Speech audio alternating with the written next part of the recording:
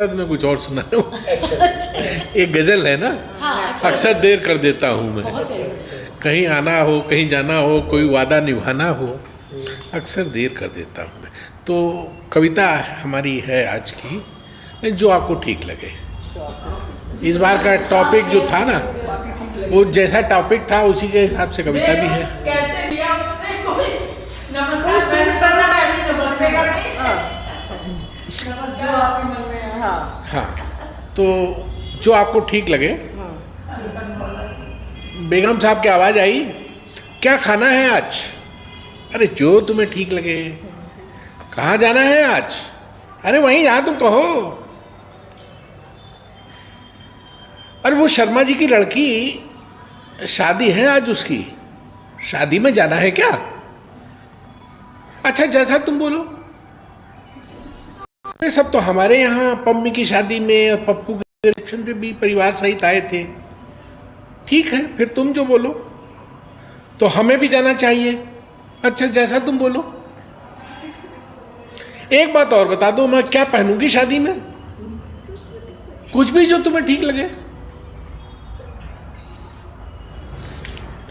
और तुम क्या पहनोगे? मैं कुछ भी जो तुम बोलो। सुनो, मेरे पास तो ढंग की एक साड़ी भी नहीं है। बोलो अब मैं क्या करूं? अब तुम ही देख लो। अरे वही है कुछ गिनी चुनी जो मम्मी मुझे दे जाती है। मैं बाजार से एक नई साड़ी खरीद ही लेती हूं आज के फंक्शन में जाने के लिए। मोहल्ले की सब महिलाएं आएंगी और बातें बनाएंगी। मोहल्ले की सब महिलाएं आएंगी और बातें बनाएंगी। रमा को देखो फिर आ गई अपने यूनिफॉर्म में।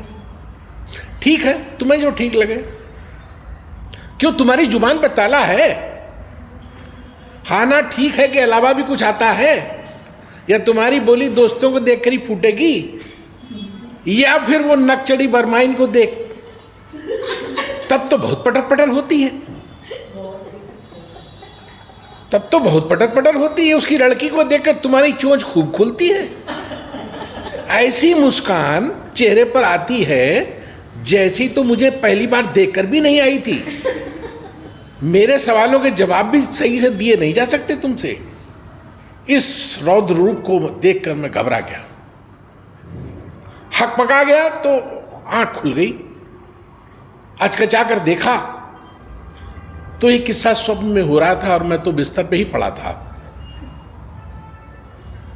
और बिस्तर पे ही प्रण लिया कि आगे से जो तुम्हें ठीक लगे फिर कभी नहीं बोलूंगा। आगे से जो ठीक लगे वो फिर कभी नहीं बोलूंगा। इतना दिमाग तो मेरा चले ही नहीं जितना ही लिखा है। आप बोलेंगे आप पहले बोल। पवित्र यमुना के पानी में जहर मिला रही हरियाणा सरकार। आश्चर्यचकित हो हमने पूछा, यमुना जी में जहर मिला रही, ये कैसी सरकार है भाई? दिल्ली वालों को मारने का गजब षड्यंत्र चल रहा है भाई। चारों ओर हाहाकार मच रहा, तर्क वितर्क कुतर्क चल पड़े, कोने कोने बहस छिड़ गई, भाई भाई की फौज भिड़ गई। चर्चा हो रही दिल्ली वाले तो शिव शंकर के समकक्ष हो गए, जहर पीकर सारे नीलकंठ हो गए। अब सब तरफ छाया यही द्वंद्व है, या तो जहर था नकली जहरीला, या नेता संदेश था अति जहरीला। ऐसा कौन है बड़ा देश में जो जनता के मरने पर जश्न मनाए, खुद को जनता पालन हार बताए? इस संशय की गंभीर स्थिति में एक नेताजी मंच से दहाड़े, हम जनता को मरने नहीं देंगे, हमें जनता से बहुत प्यार है। आखिर जनता ने हमें चुना है, हम कट्टर ईमानदार जनसेवक हैं। हमने जहरीले पानी को दिल्ली के बॉर्डर पर ही रोक दिया है। अब दिल्ली के में जहरीला पानी नहीं घुसेगा और मेरे रहते इस जल से कोई नहीं मरेगा। जन सेवा में था ये कर्तव्य हमारा। इसी बीच हरियाणा के मंत्री भी कूद पड़े कुरुक्षेत्र से दिल्ली के रण में, हो गए कुछ ज़्यादा सक्रिय। बॉर्डर पर यमुना का पानी पीकर कर डाली एक बड़ी घोषणा। बोले यह पानी तो अत्यंत शुद्ध है। ये दिल्ली के मंत्री कतई झूठ हैं। इस बीच एक चाचा बोले, आखिर वह रोका पानी गायब कहाँ हो गया? भाप बनी और तुरंत कहीं उड़ गया।